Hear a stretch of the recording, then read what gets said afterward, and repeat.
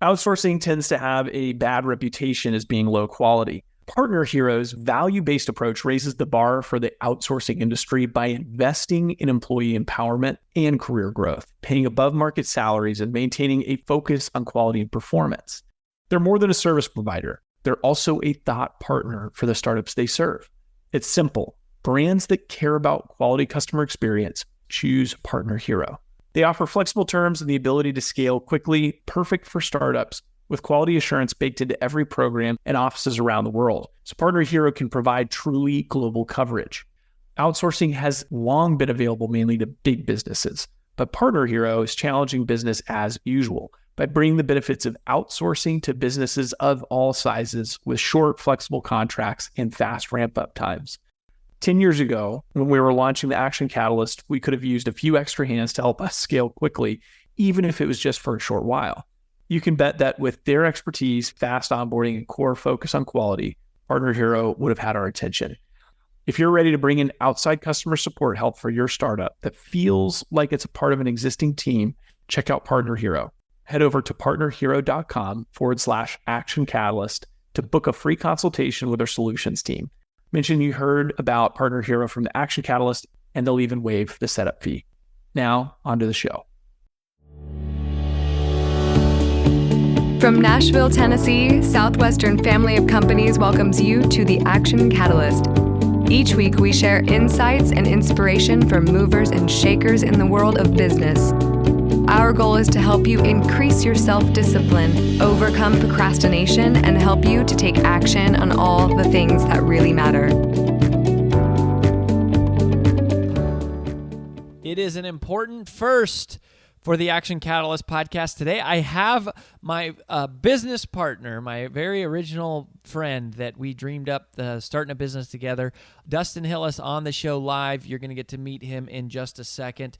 Also, something that's super exciting is we're giving away a free webinar, an advanced sales training webinar on the topic that Dustin and I are going to talk about, because selling is the theme of the show today, and everybody is in sales, and everybody can benefit from learning the psychology of influence, which we're going to talk about, and we're going to talk about how when you do selling the right way, it's not really selling at all. It's something that you do from your heart, and you do it for the best interest of the people that you're talking to and talking about, and the people that you are serving. So we're talking about selling, which is going to be fun. You're going to want to keep your eyes or your ears peeled for the free webinar invitation that we're going to make to you. You're going to get a chance to meet Dustin, and at the end of the show, I'm going to share with you my secret for if you have any resistance to being in sales or nervousness about the perception of a salesperson. I'm going to share with you how I got over that and how you or anybody on your team can get over the nervousness of being in sales. We'll get into all that and much more just after this message. This episode is sponsored by Southwestern Coaching. Southwestern Coaching has helped over 11,000 people increase their incomes by over 25% on average. As a successful salesperson, you know the importance of increasing your sales, but sometimes you might just need a little extra push and accountability to meet your goals and grow your business. Southwestern Coaching will help you increase your income through one-on-one sales and leadership coaching tailored specifically to your needs. Together, we will elevate sales. To schedule your free one-on-one business action planning session with a Southwestern coach, go to www.southwesternconsulting.com/action catalyst.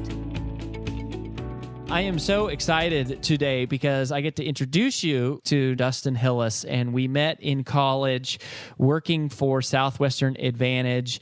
I've never had him on the show, and I'm so excited for you to finally meet him. He actually broke a 150-year-old sales record, and he made over, get this, $100,000 in one summer. In just a few months. He's got a degree in psychology. Obviously, he is the co-founder of Southwestern Consulting, and we, along with our other partners, have built this business just from the ground up, from 4 people back in 2006 to now well over 130 people, and a healthy 8-figure business. And Dustin has a new book that is coming out, which is awesome. The book is called Navigate 2.0, Selling the Way That People Like to Buy. And I think you are going to love it. And so it made sense to have him come on. And Dustin, welcome formally to Action Catalyst Podcast. Great to have you. Thank you. And hello, everyone. So I think when people listen, first of all, the idea of making $100,000 in a summer, like how in the world did you do that? What were you doing and how did you pull that off? Well, the books actually had drugs in them. Just joking. It was a progression. It wasn't my first summer that I did that, and I think you have to hear the whole building up to that point. Yeah, and what were my first summer? What were you doing exactly? Yeah, not everybody knows. So Southwestern is the oldest direct sales company in the country. So we've been selling door to door for over 160 years. We were founded in 1855.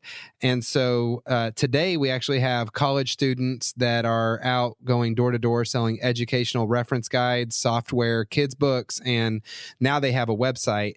Back then there was no website, but it's educational reference guides that help save time on homework, help the parents, help the kids when they get stuck. And so how many summers did you do this? So I did it for 4 summers. Okay. And my first year, I ended up finishing number 1 in the first year category. So that's number 1 out of about 2,500 salespeople. Uh-huh. And I made about $36,000 in 10 weeks as a third year in college. Wow. And so that I think was just working hard, studying, being coachable, following the scripts, and doing that my first summer. And then my second year, recruited a team of 8 people and was able to be number 3 in the entire company. And that's including all the experienced dealers, and sold. I made about $42,000 take home as a sophomore in college. And then my third year was the year of breaking the company record. And really, it was getting serious about what we were doing. A gentleman followed me my last day, my second summer, and said, "Hey, if you really learn the ins and outs of the business and what you're doing, you could break the all-time company record." So I changed my major to psychology from business and started reading books and studying behavior profiling, taking DISC, Myers-Briggs, personality profile test, took Strength Finder test, and just really got into the science behind the way people buy and the psychology behind buying, and then combine that with the 150 plus years at that time Southwestern training, and started really honing the craft of changing my approach when I knocked on people's doors, and ended up making $102,000 as a junior in college in 14 weeks. It's amazing. It's amazing. And I one of the things that's always sort of fascinated me is that you really do take sort of a psychological approach to selling, and I don't think people realize just how much psychology is really rooted in the essence of sales.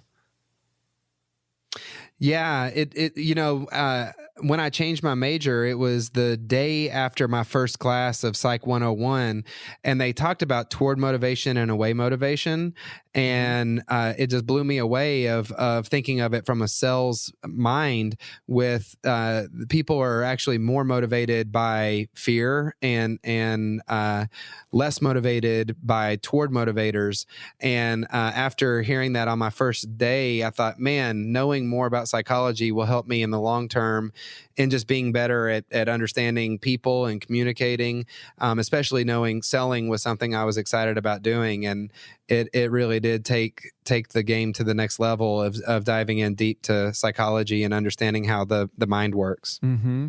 Well, and now, so Southwestern Consulting, obviously, we've grown pretty rapidly. Most of the people listening to this show hear bits and pieces of what we do, but we've coached, as a team over 5,500 people, and actually, I think I saw a number that is like more like 6,000 people. So it's climbing so rapidly, and obviously, you were part of the co-author. You created some of the original curriculum, and we've had all these people go through.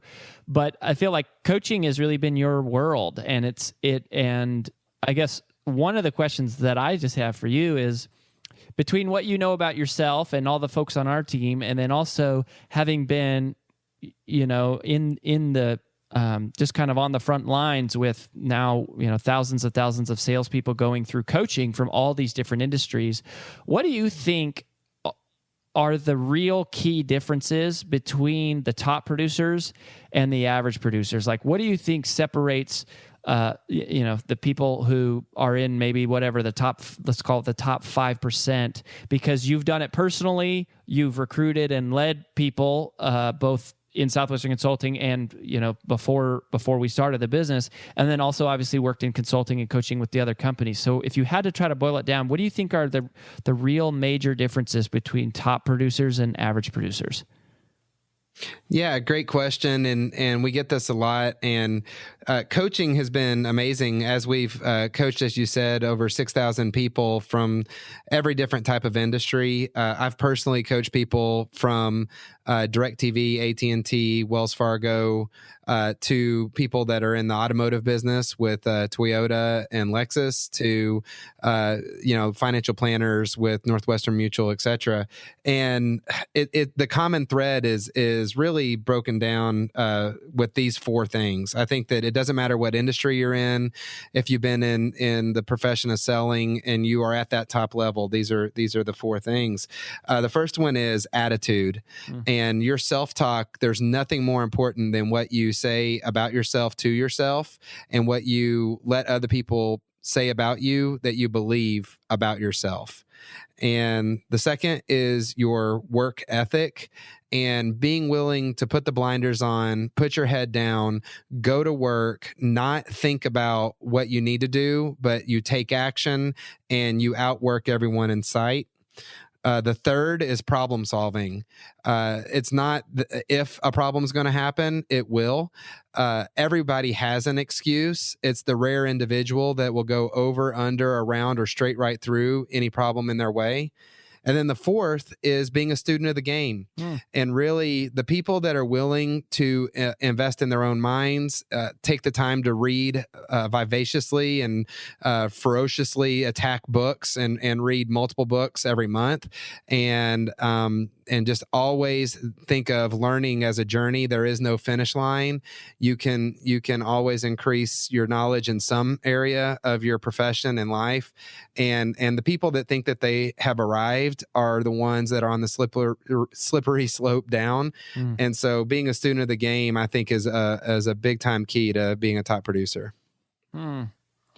Yeah, those are, I think attitude and self-talk you would expect to hear, right? People talk a lot about attitude, work ethic, obviously discipline and that, but problem solving and student of the game, I think, are probably a little more unexpected, right? I think, you think salesperson, problem solving, how does that work? But it's such a key area. And then the student of the game, so you're saying that the people who make the most money in sales are the ones who spend the most amount of time studying. It's not the people who really it's because that's sort of inverse of what you might think, right? You would think the people who are not making money are the people who would be studying, but you're saying it's actually the inverse of that. Yeah, it's amazing. I help assign all of our clients with our coaching program, and as you read the profiles of these people who sign up for coaching, it's usually the top producer in the office who is the first person to raise their hand and be willing to sign up for a coach. And you would think it's the person who's struggling that needs the most help that would say, hey, I need a coach, help me. But it's actually the opposite, where the people who are at the top are the ones wanting more help. And it's the reason that they're there to begin with. And, yeah, so it is an interesting thing. You're certainly an example of that. I mean, you read like crazy and study and I mean, there's no surprise you and so many of the top producers on our team, Kitty and Dave, and so I want to get into Navigate here a little bit. So Navigate 2.0 is what the book is called, and so what exactly is Navigate? So Navigate is broken down to 3 different parts. The first is solidifying in your mind what are the 4 different buying behavior styles and selling behavior styles, which are different than personality styles. So Navigate is taking DISC and applying it to selling. Then the second part of Navigate is how do you identify somebody's natural buying behavior style in less than 7 seconds? And then the third part of Navigate is how do you modify your natural approach? How do you modify your natural presentation? And how do you modify your natural closing techniques or closing language to sell the way that people like to buy? So basically you're saying that their Navigate is about these sort of 4 distinct behavioral styles, which are not to be confused with personality styles, which I do want to ask you about that too. But you're basically saying there's these 4 different types of people in the world, and that if you adapt your sales presentation to match sort of the inherent or default psychology of these 4 different types of people, that it will actually increase like your closing percentages and increase your sales? Yeah, it's amazing that really one of the first lessons that my dad taught me when I first decided to start working with Southwestern, and I was nervous. I'd played football my whole life and never really sold anything. And I said, Dad, what does it take to be successful at selling? And he said, just remember this. The reason people buy is because they like you and they trust you. And really, that's what Navigate's about, is how do you get past those emotional barriers that stop people from connecting with you? And how do you get them to like you and trust you faster over the phone, in person, whatever it is, how you're meeting people? Navigate helps you shorten that process to have them like you and trust you faster because you're speaking their language and selling the way that they like to buy. Yeah. So can you give us an overview of what the 4? You mentioned this phrase, which I captured, was taking DISC and applying it to selling, which I think is a key phrase, and it speaks sort of to the science and the psychology that is sort of underneath the Navigate methodology or the Navigate framework. But so can you walk us through what are the 4 buyer behavioral styles, and just like tell us a little bit about, just you give me an overview of what the 4 are, and then we'll talk about maybe a couple. Okay. And before I do that, I just want to throw out a disclaimer that as you take the Navigate profile test and read the book and everything, it's okay to know that you can be, and a lot of times are, 2 of these. So a lot of times you'll have 2 predominant styles, and often you'll have one that you're significantly the least like. So as I go through these 4, you can think of what are you the most like and what are you the least like. Okay. So you first have a fighter. Fighters are the straight to the point, don't waste my time type of buyers. They always buy based on what's in it for them. Their biggest fear is losing control. Next, you have detectives. So detectives are the detail analytical buyers. They're always thinking through the details. They buy based on logic. Yeah. Their biggest fear is making a mistake. So when you're selling, that's important to know. The third is your counselors. So these are your team-oriented, family-oriented people. They're the ones that make decisions based on consensus, and their biggest fear is change. Okay. And then you've got the entertainers. So these are your energetic, enthusiastic people that when they're buying, they buy based on emotion, and their biggest fear is rejection. Interesting. So fighters, detectives, counselors, entertainers. Correct. Mm-hmm. Okay. And so, and one of the things that you mentioned before is you said that as you think through these, you said that each of us have sort of like a primary quadrant and then like a secondary quadrant. So there's we have multiple pieces of these, each of us. Right. When I took the Navigate profile test for the first time, I scored extremely high in a selling situation as an entertainer, but then my default was a fighter. And then I was the least like a detective as how I scored. Okay. So give me some examples. Like, what are some of the signs, like what are some of the things that, because you talk about understanding these and then sort of being able to identify people quickly and then kind of being able to sort of modify your approach to go to them. Like, what are some of the telltale signs that like you're dealing with let's say a fighter? Great question. So in the book, Navigate 2.0, there's over 20 different ways to identify somebody's buying behavior style. Okay. So you've got the way they shake their hands. Min Sung, ancient Chinese face reading, says the lines on people's face is a map to their mind. Yeah. And so I think there's two quick, easy ways to identify people, whether you're over the phone or in person. So a fighter, for example, will speak in a loud and slow voice quadrant. So those of you with kids know this voice quadrant. Put that down. So subconsciously, what that's saying is that they're in control, and their biggest fear is losing control. So they use this quadrant when communicating. And then also when shaking your hand, they give you a more firm handshake. A lot of times they'll put their hand on top of yours and squeeze the life out of your hand. And again, this is subconsciously saying I'm in control. So you can look for these things combined and know you're talking to a fighter. Okay. And so basically there's these outward expressions that are sort of like the signals of this, this default psychological setting, and you can just look at some of these things initially and be able to know. Obviously there's 4 of them. We're not going to have time to go through all of these, but like with a fighter, what is an example of, like you mentioned, modifying your behavior a little bit? Okay. So let's say I'm either on the phone and I recognize sort of the voice quadrant, or even in person, or maybe I shake their hand. If there is, if I make that kind of conclusion and I kind of go, whoa, this guy definitely hits me as, what Dustin was describing as a fighter.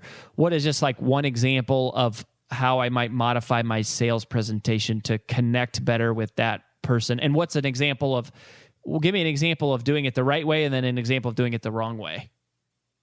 Okay, sure. So with the fighter, you want to build less rapport. So if you're somebody who the first words out of your mouth are, hey, how are you doing? How about the weather? How about that Titans game? You want to cut that out. And you need to be straight to the point, bottom line with a fighter. A magic word to them is the reason. So when you're first talking with them, hi, the reason I called is, and then you just get right to whatever the reason is you called. Fighters also need to quickly hear the words, what's in it for you. So they need to know, why are you calling? What's the reason you called? And what's in it for me? So actually just using that language, hey, just want to let you know the reason I called is this and this and this. And what's in it for you is this, this, and this. And you can change the language to reflect whatever it is that you're talking about. But that's the premise of what they need to hear. And then when you're closing, they need options. Fighters' biggest fear is losing control. So the best closing technique that you can apply is the choice of 2 positives. And the worst thing that you can do is tell them what to do. So saying, hey, let's meet Thursday at 4:00 at Starbucks is the wrong way to close a fighter for an appointment. The best way to close a fighter for an appointment is to say, hey, what works better for you, Thursday or Friday? Friday, great. Would you rather do 2:00 or 4:00? Would you rather Starbucks or Joe's Coffee? Mm-hmm. And just that little tweak, it doesn't seem significant, but the words matter. And the little tweaks that you can make in your sales process and the language in which you use makes all the difference of that fighter leaving the conversation going, man, I really like him. There's something about him. I can't really put my finger on it, but this gave me options I really like, versus the prior, doing it the wrong way where you're telling them what to do. They leave the conversation going, man, there's just something about him I don't really like. I can't put my finger on it. I just don't like him for some reason. Mm-hmm. Well, like you said, what your dad told you originally, that the fundamental reason why people buy is because they like you and trust you. And a lot of that, I have to imagine, happens at a subconscious level. That's right. Mm-hmm. So you, so that's interesting. So when you're first talking to him, you're actually saying that using the words verbatim, like actually articulating the phrase, the reason I'm calling, or using the phrase, what's in it for you. You're saying that using literal phrases like that actually cause like a physiological increase in trust, basically. That's right. That's a big thing that we do when coaching and working with companies, is that we help create sales scripts and word tracks, and the language matters. And when you tell a fighter what's in it for them, bottom line, when you cater your presentation to have bullet points and you eliminate the details and you eliminate the stories and all that, it makes a huge difference. And saying those words, saying the bottom line, like when you feel like you're losing their attention, a way you can snap a fighter right back into it is you say, you know what, the bottom line is, and you go right to it, because you're losing them anyways. Huh. And so I think it's fascinating because I've seen you coach people through, like right now we're just talking about the fighter and we're only talking about the approach and the close, but you've got these techniques for the fighter for each step in the cycle of the sale. How you present to a fighter is different. The questions that you ask a fighter is different. How you answer objections to a fighter, how you get referrals from a fighter is basically, there's sort of a modified technique for each step in the cycle of the sale, for each of the 4 behavioral styles here. That's right. That's right. And one that a lot of people don't think about for modifying is a step that at Southwestern we call the introduction, which is the consultative selling process. That is, what do you do before the presentation? And what are the questions you're asking? How are you building rapport, uncovering the need? How are you answering objections before they come up?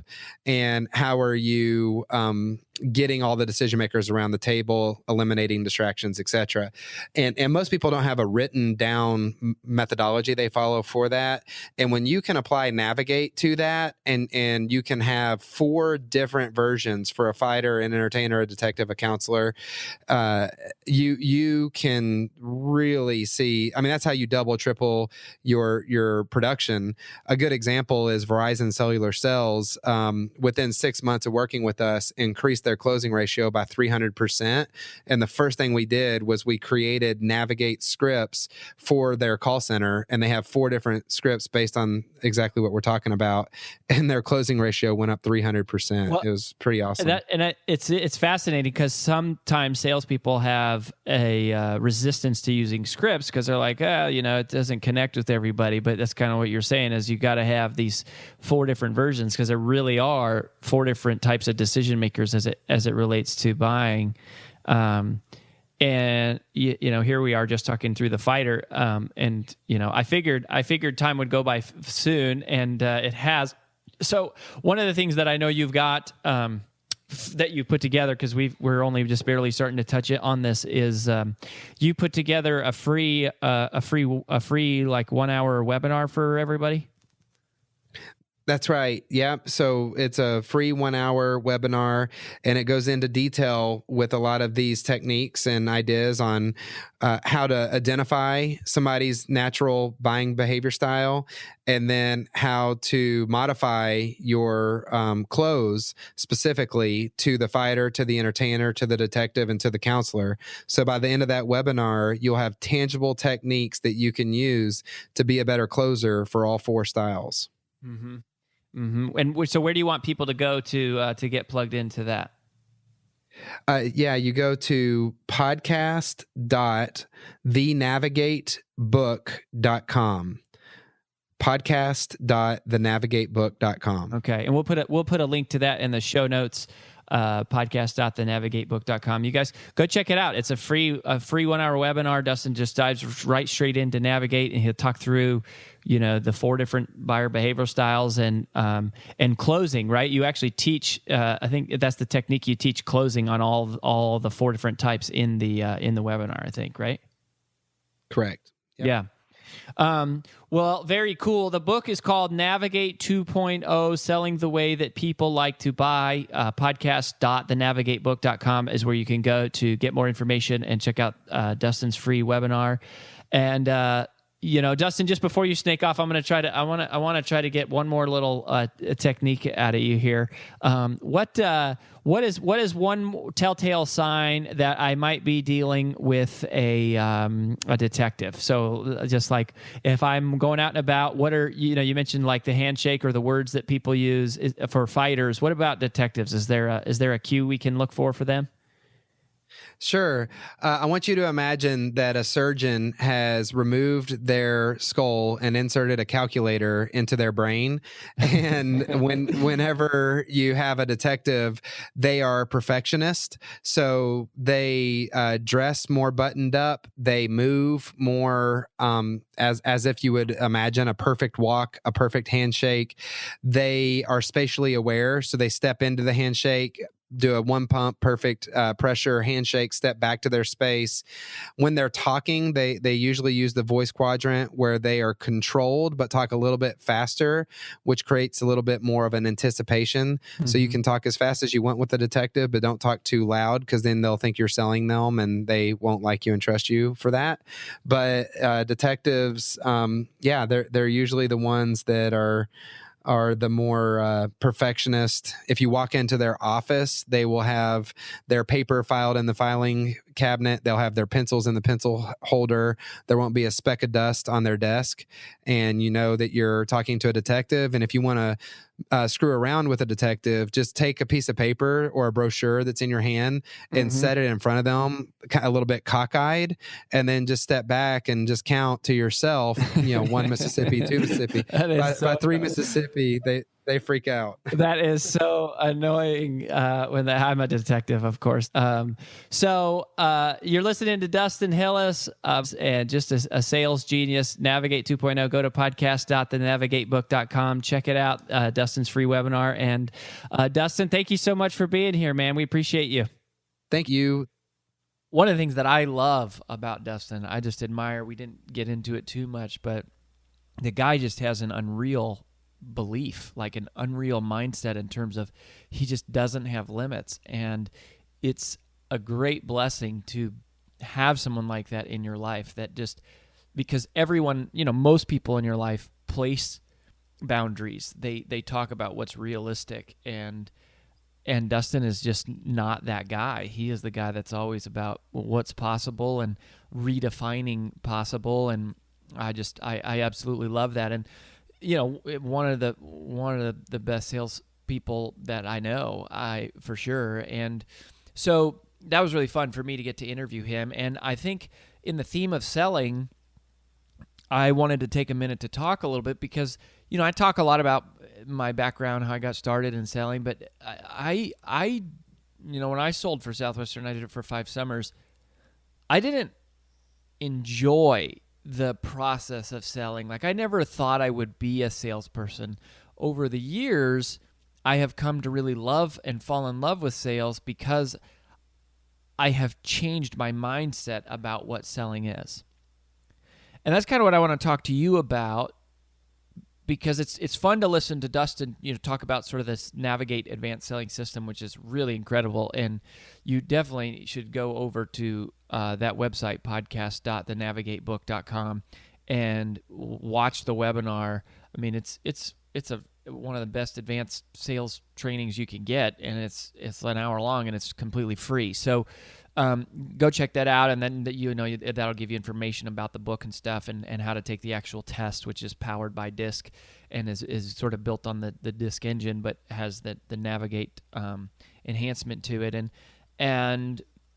But I think as my view changed about selling, my heart changed about it, and it's made it a lot easier. And perhaps you're listening and maybe you're not you don't think of yourself as a salesperson. Like maybe you're the business owner, or maybe you are in customer service, or maybe you're in management or leadership, but we're all in sales. And I think our resistance to wanting to identify with selling often is the result of some of the negative perceptions and stereotypes that we think about when we think about selling.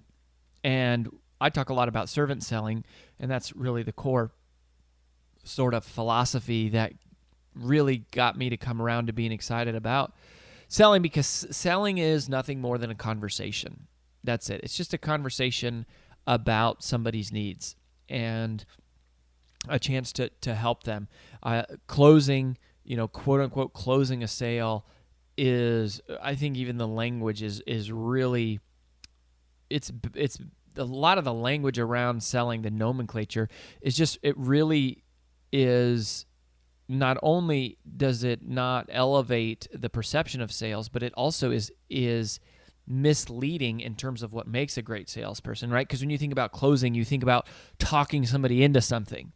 That's not what closing is. Closing is not talking somebody into something that they don't need.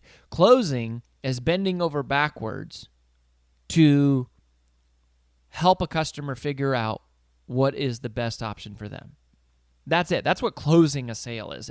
It's bending over backwards to help a customer figure out what is best for them. And it's not about having the gift of gab or even like being a smooth talker at all. It's all about questions. And it's about a genuine heart, and being a servant salesperson is about asking great questions. And as Dustin was talking about too, adapting your communication style to that of the person that you're talking to, not just being this aggressive sort of hard closer. And we really think that that's the future of selling. And I think Navigate is a huge part of that. And I've learned a ton from Dustin just teaching me about Navigate and teaching our clients and our team kind of about the Navigate system. But if you've struggled with selling in any way, if you've had any sort of reluctance with it or any sort of fear about it or any sort of nervousness about the preconceived notions of what it means to be a salesperson, I want to talk to you just for a second, because what I am about to tell you, I think and I hope, will change your view of selling altogether. I mean, one part of it is just, learning the strategies, and it actually, you might think, well, geez, the more you learn, the more manipulative it would become. It's actually the opposite. A graceful and a well-educated sales professional is incredibly graceful, and it doesn't feel that way. It's just like, a golfer, the more they learn, the more they practice, the smoother their swing becomes. Same is true in selling.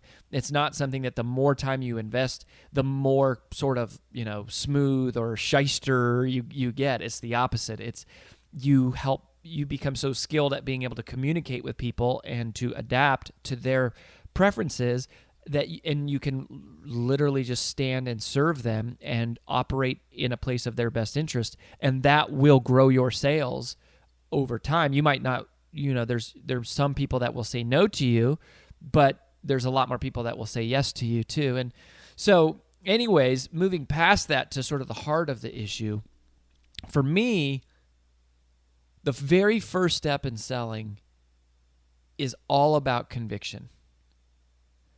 Right? It comes down to being completely convicted on your offer. See, you don't want to be in sales. What you want is to be on a mission. You don't want to be in sales. You want to be on a mission. You want to be so convicted on the value of whatever it is that you provide that you can't help but tell people about it. Because that's what selling is all about, right? Selling is just being an evangelist for your product. It's being an ambassador for what you believe. And you shouldn't have to artificially pump yourself up to go out and sell. Selling, it's not a battle. It's not a war. It's not a workout. Selling is an opportunity to serve people, and it's an opportunity to transfer conviction about what you believe. It's an opportunity to serve other people and to simply share with them the things that you believe will benefit their lives if it's appropriate, if you deem it's appropriate through a lot of the things that we talk about with Navigate as an example, and identifying what their fears are, what their motivations are, how they prefer to be communicated with, what types of language they're going to, best respond to, and how do you make it most comfortable for the person that you're dealing with. And that's why, kind of what Dustin is talking about is you don't sell the way that you like to sell, right? You sell the way they like to buy. It's the opposite of the golden rule, right? The golden rule is treat others the way you want to be treated. But Navigate is the opposite of that. It's not treat people the way you want to be treated. It's treat people the way they want to be treated. It's do the work of communicating in the medium and the modality of how they prefer to be communicated with. And that takes grace and skill and intention and practice and knowledge and education. And I love when Dustin was talking about, the 4 common threads of these ultra performers, these top producers, because he's living in that world every single day. I mean, even more than me, because I'm doing a lot of variety of things around the company. Like Dustin is every day in coaching. He's assigning our clients. He's coaching the people. He's coaching our team. Like he lives and breathes every single day. And he's saying, look, if you want to become a top producer, you have to become a student. You have to become a student of the game. And as you learn those skills, it's like you become, you've probably heard this before, there's like the 4 levels of competency. There's sort of, unconscious incompetence. And it's like you're not good at something and you don't even know you're not good at something. But then you become aware that there's a skill set there, which is conscious incompetence. And it's like, okay, I know I'm not good at it, but at least now I know I'm not good at it.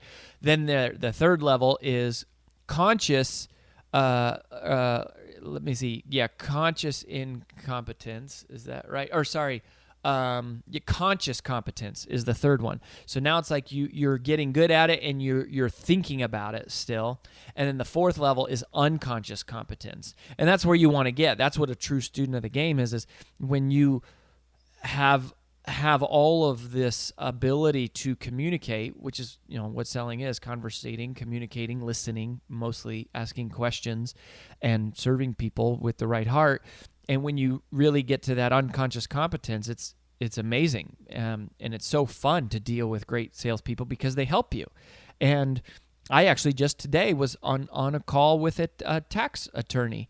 And I was talking to them about some different things and some different ideas and strategies and whatever. And I really appreciated what this guy's name was Chris, said to me. He said, I really would love to have you as a client. He said, the more this conversation has gone on, though, the more I realize I'm not the right person for you. And that spoke so deeply, like that mattered so much to me. I appreciated so much that his willingness to say that, right? And we're not gonna use him as like a personal tax lawyer. But what happened is I found out that he does international tax law, and I was like, oh my gosh, we have all sorts of international tax law issues that, and so whether I refer him or we end up doing some other business with him some other way, it was just that he was out there to serve me. And it's sort of that servant's heart with that unconscious competence is really where that mastery level takes place. And that's why you don't want to be in sales. You want to be on a mission. And that product conviction is connected to that heart side of it. The best salespeople, they don't grow tired or exhausted because they're not talking people into stuff. They're not scamming people. They're not convincing people. They're just talking about what they believe, and they're listening to what people need. It's that simple. You're listening to what people need, and you're talking about what you believe.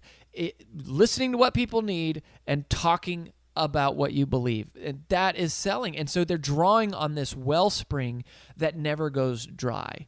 They're on a mission to help other people. They're not ramping up to get themselves ready for a workout. And it's that calling of service that perpetually rejuvenates and continually inspires a servant salesperson. Somebody who is truly dedicated to the best interest of the people that they're talking to.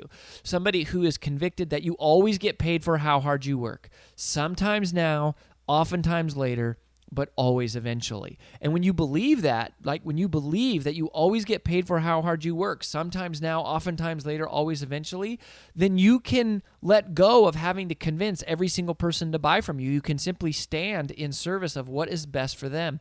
It's not about you. It's about what you can do to help others. It's hard to be nervous when your heart's on service, and being passionately convicted that what you are offering really matters, is really needed, and that it really, really makes a difference. So if you've ever struggled with a reluctance to sell, my advice to you would be find a way to not be in sales. Just simply be on a mission. Well, that about wraps up the Action Catalyst podcast for this week. If you haven't yet, please log in to whatever your favorite medium is to listen to the show, and both rate this podcast and leave a comment, as that really helps us out.